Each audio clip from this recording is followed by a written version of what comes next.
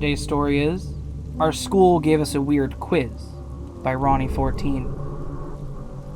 Stanwick Middle School sucked. Yeah, we all knew it. I bet even the teachers did, but that didn't make reporting to this prison any better. Located in the heart of southwest Georgia, Stanwick Middle School was the only one in our all-American town. A home to 7th and 8th graders, our whiny teachers, and asshole administrators. The shambling, sprawling brick buildings were once a high school before Decatur County made it a public hand-me-down, and it certainly showed. The two buildings were nothing more than tombstones in the cemetery for youthful dreams and ambitions, all of it connected by breezeways made to shepherd us like cattle led to slaughter. The courtyard was a crypt, the lunchroom a cave. At 14, high school was upon me. But man, March was going by slow. Still, we were only months away from freedom, months away from that first step into adulthood. I was looking forward to high school JV football. Yeah, maybe I was more lanky than muscular, but I was quick. That's what mattered at this stage when you were gunning to be a running back or wide receiver. Coaches told me I'd grow into my frame, and I believed it, even if I wasn't very tall at the moment. Regardless, I couldn't take many more days in 8th grade, especially in my homeroom. Back in the fall, they fired my favorite teacher, Mr. Fordham, supposedly over classroom management, or I guess just not being a big enough douchebag for the admin's liking. There were rumors, of course. He was a weird, wacky English teacher. Supposedly parents of the richer kids were appalled when he dared write up their little darlings, even though that Lake Douglas crowd treated him like complete shit. You know the type.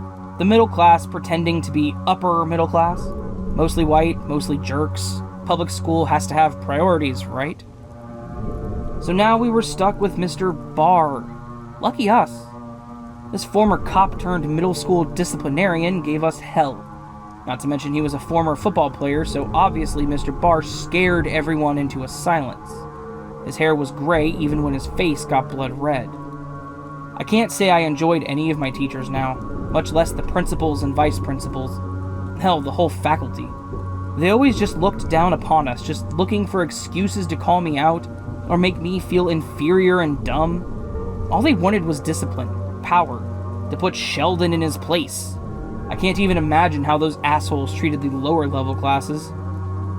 This Wednesday morning in March was no different than the previous 7 months of torture. I made my way into Mr. Barr's room, into those bland walls, the small windows barely noticeable in this claustrophobic city. I walked through the sea of preppy glares and admiring stares. My homeroom, the top class of the Pearl team, but we were far from the gifted classes, regardless of how the snobs and wannabe TikTok celebrities tried to pretend. I sat down beside my friend McCaleb, one of the few black guys in the class, besides me, of course. McCaleb was a bit taller than I, a bit more muscular, okay, maybe handsomer too, even for a gamer. Our only conflict ever came from some of those middle school girls literally fighting over us. McCaleb flashed me a beaming smile.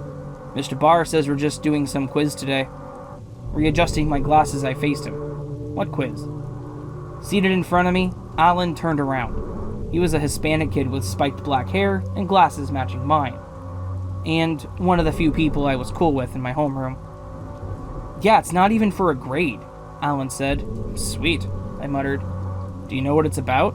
McCaleb asked Alan. Nah, Alan chuckled. I thought maybe you did. I felt a hand hit me. Long, slender fingers I knew immediately. Turning, I came face to face with Messiah. A pretty girl, yeah, not to mention my ex. You're late today, Sheldon, she said. A mischievous smile crossed her face. The purple hairband a perfect correlation to her purple braids. I was waiting on Mom, I said. Oh, Messiah exchanged grins with their best friend Denalia. A bigger but still pretty girl. Then again, most girls were taller than me. Denalia pushed away her own dangling braids. I told Messiah you were avoiding her this morning. Nah, I replied. I wasn't avoiding anyone. I stole a glance over at the rest of the class. The rows and rows of smug shitheads talking amongst themselves. Either preppy posers or posers in general. I suppose being a football player, I could have fit into their fake cliques, but they weren't worth it. Not at the expense of Caleb, Messiah, and Alan, the outsiders that I'd grown up with since kindergarten. Laughing, Messiah gave Denalia a light punch in the shoulder. "Girl, shut up." "She was getting jealous," Denalia joked. "Oh shit, Sheldon," Caleb added. Unable to hide my smile, I threw my hands up. "Man, I ain't dodging you, Messiah." Like a police siren interrupting our block party, that robotic, shrill bell blared over the loudspeaker. Under Mr. Barr's cold glare, we all got quiet.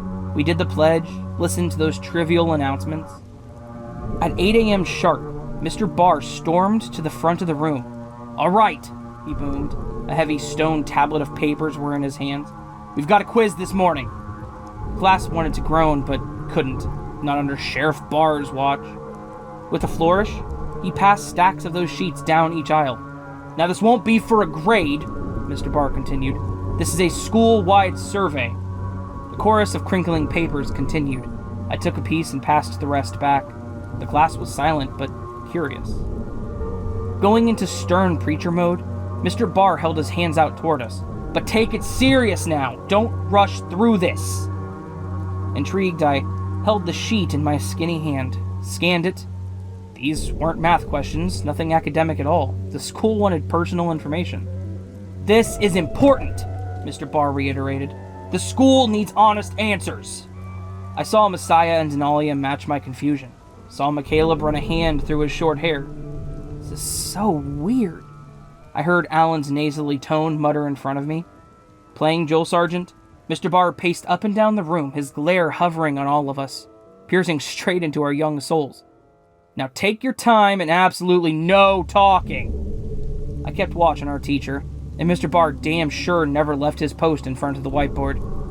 His cold eyes looked toward me, a predator staring down timid prey. Immediately, I confronted the so-called quiz. Still trembling in the aftershock of Mr. Barr's scare tactics, everyone else stayed quiet. Now I got a better glimpse at the questions, and at what a strange survey this was.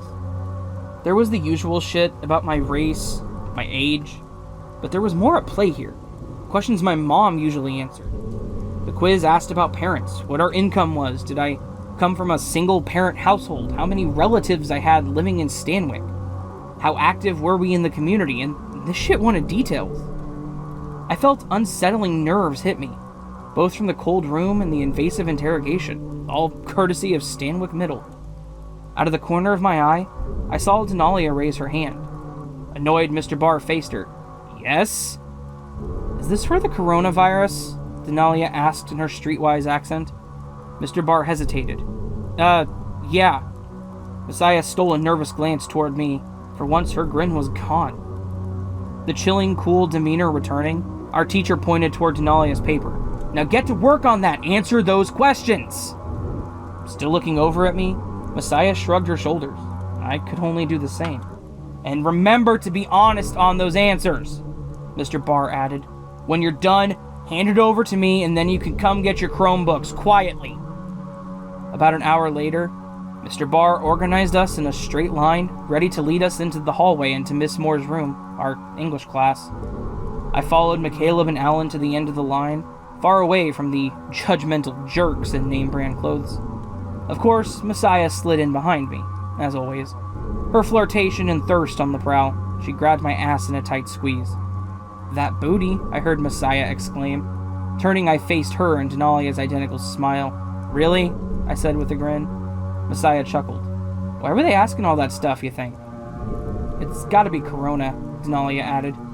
"I don't know," I said. I stole a discreet glance toward Mr. Barr. He was busy chewing out the front of the row. I faced the girls, both flirting and still curious about that quiz.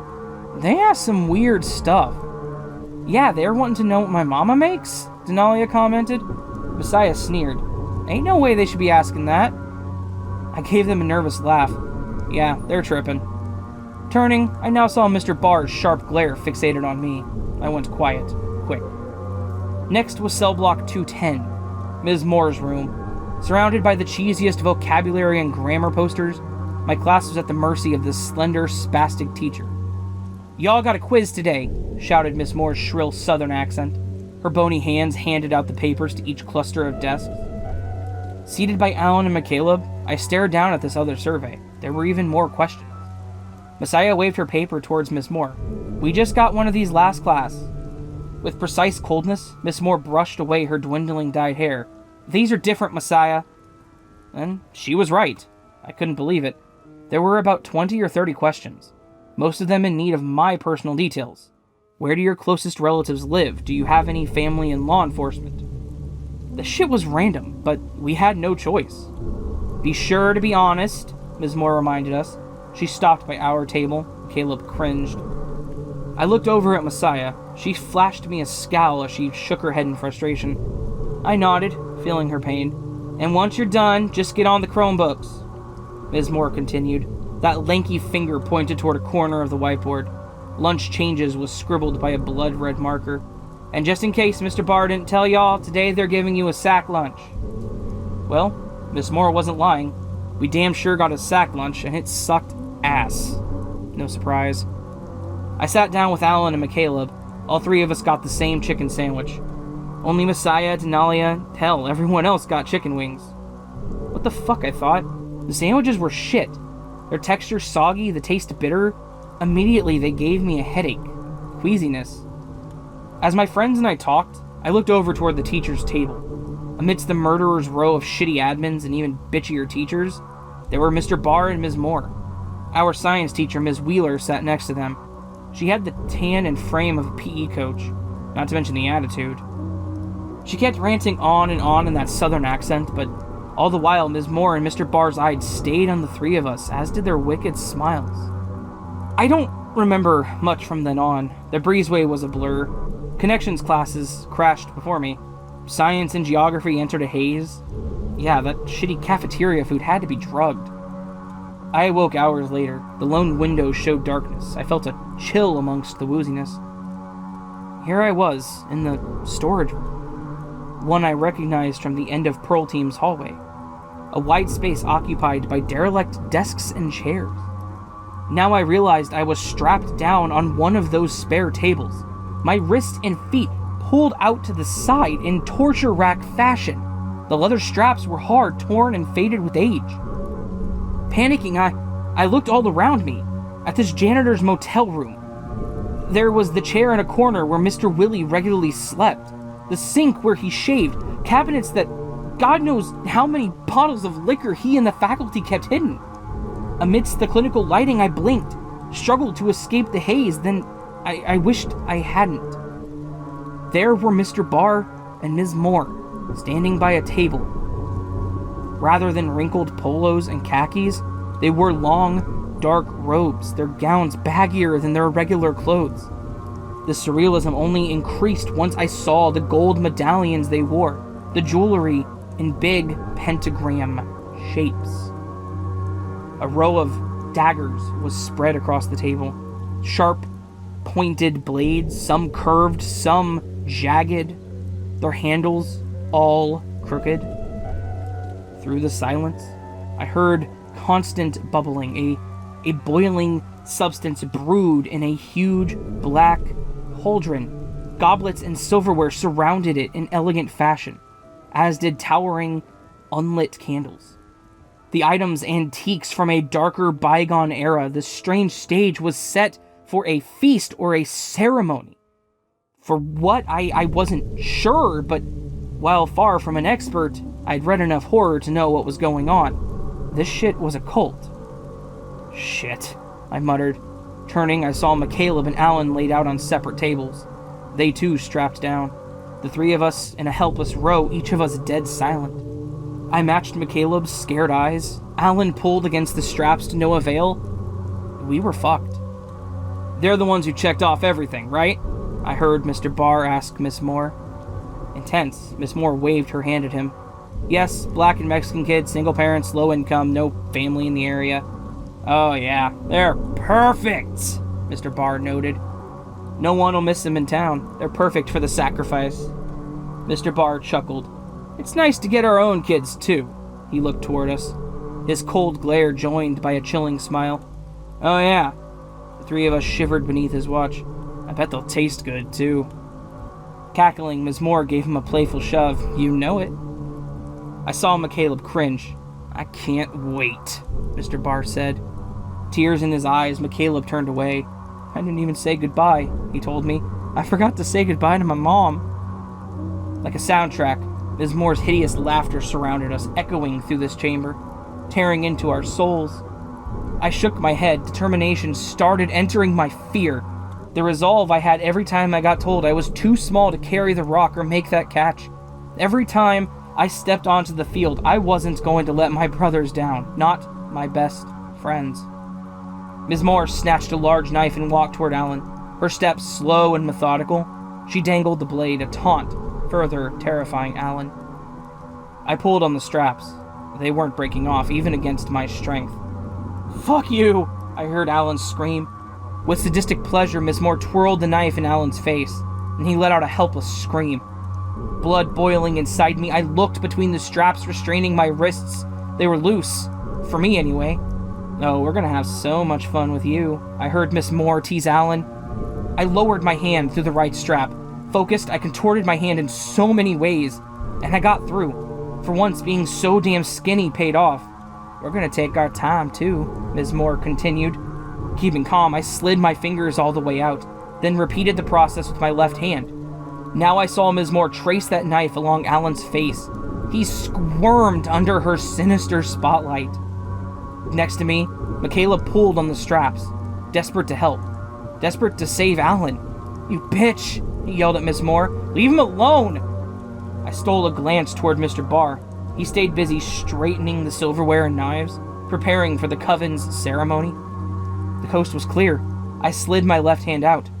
Still focused on Alan, Ms. Moore continued her playful torture. She leaned in closer, a twinkle in her eyes. "You know why we gave you those quizzes? We had to make sure about y'all, who we could kill." I was always fast, and now was no different. I yanked those straps off my feet. "We needed the ones Decatur County didn't want," I heard Miss Moore say. I looked over to see McCaleb watching me. His tears began to fade. A smile appeared on his face. The welcome sight hyped my adrenaline. "The kids no one gave a shit about?" Ms. Moore continued.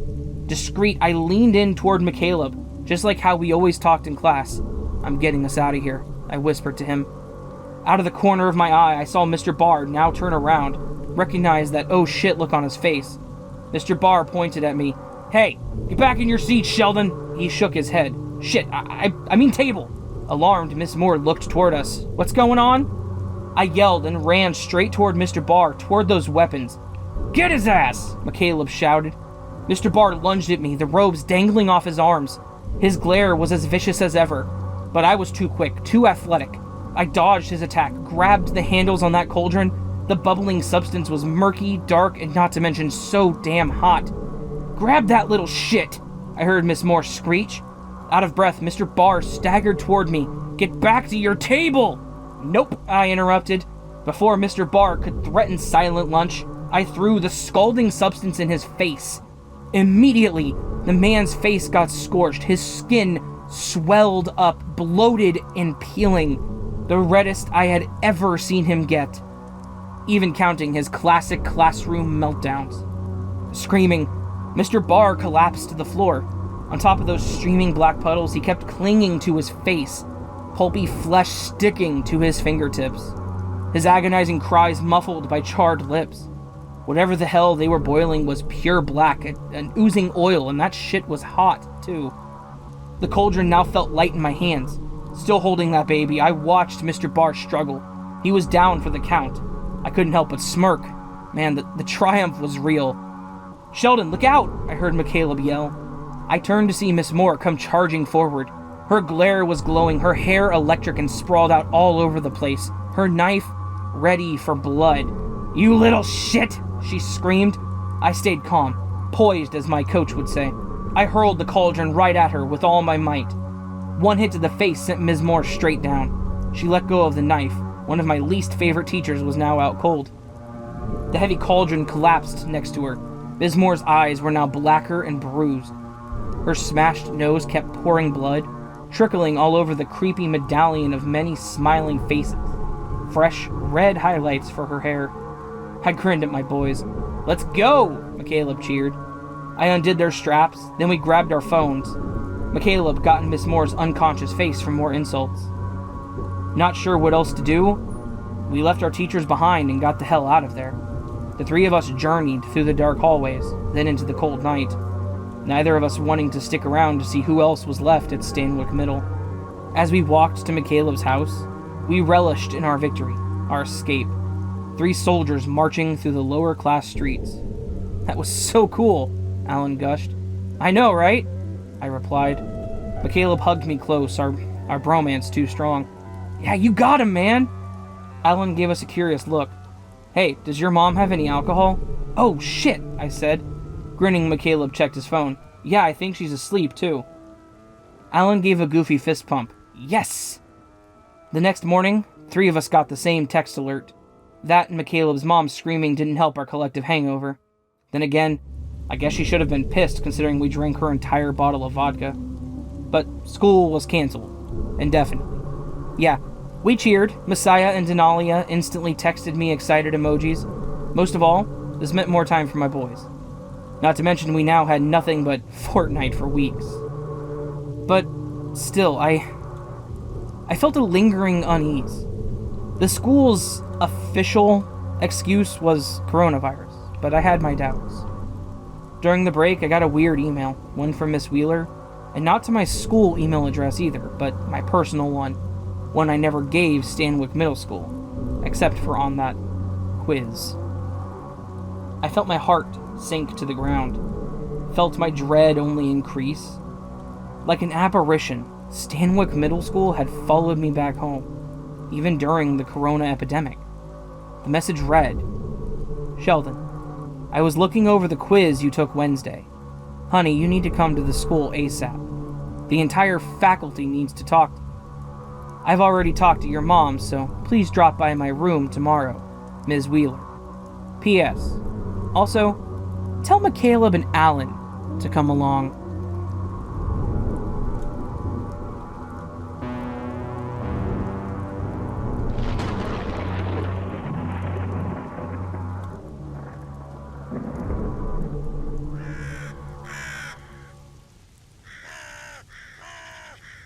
Well, my lovely listeners, I hope that you all enjoyed this fantastic story. This was once again Our School Gave Us a Weird Quiz by Rhonnie14. The name Rhonnie14 may sound a little bit familiar to you, mostly because this is the same person that wrote the Filling the Queue story, the one with the Netflix, basically they filmed her murder to turn it into a story. Kind of spoiled that one for you if you haven't seen it. If you haven't seen it, go watch it. It is, again, called Filling the Queue, and it was a really neat little slasher story, so I think you'll like it.